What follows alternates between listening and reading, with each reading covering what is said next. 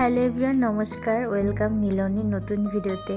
তো আজকে আমি রান্না করব কাঁকড়া দিয়ে, আলু দিয়ে। তো দেরি না করে চলেন রেসিপিতে চলে যাওয়া যাক।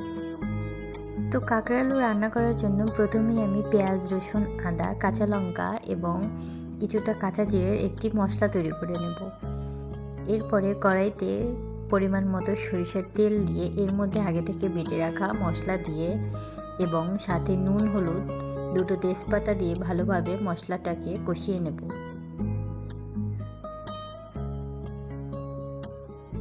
এরপর আগে থেকে কেটে রাখা আলু, কাঁকড়াগুলো দিয়ে ভালোভাবে কষিয়ে নেব। তবে কাঁকড়া মাছ খেতে কার কেমন লাগে অবশ্যই কমেন্টে জানিয়ে যাবেন। আমার কিন্তু কাঁকড়া খেতে বেশ লাগে, মানে বলতে পারেন আমার খুবই ফেভারিট একটা খাবার কাঁকড়া। অনেকেরই কাঁকড়া পছন্দ না, কার কার কাঁকড়া পছন্দ অবশ্যই কমেন্টে জানিয়ে যাবেন।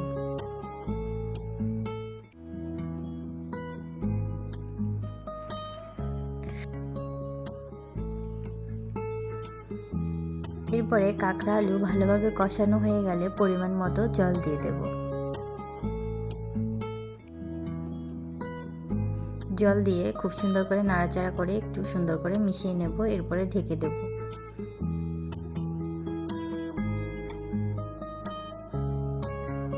এরপরে আমি আগে থেকে বেটে রাখা ধনিয়ার গুঁড়ো এবং জিরার গুঁড়ো, গরম মশলার গুঁড়ো দিয়ে খুব সুন্দরভাবে মিশিয়ে নেব। সাথে আমি কিছুটা ধনিয়া পাতা দিয়ে দেব। দেখুন, হয়ে গেল আমার কাঁকড়া আলুর তরকারি।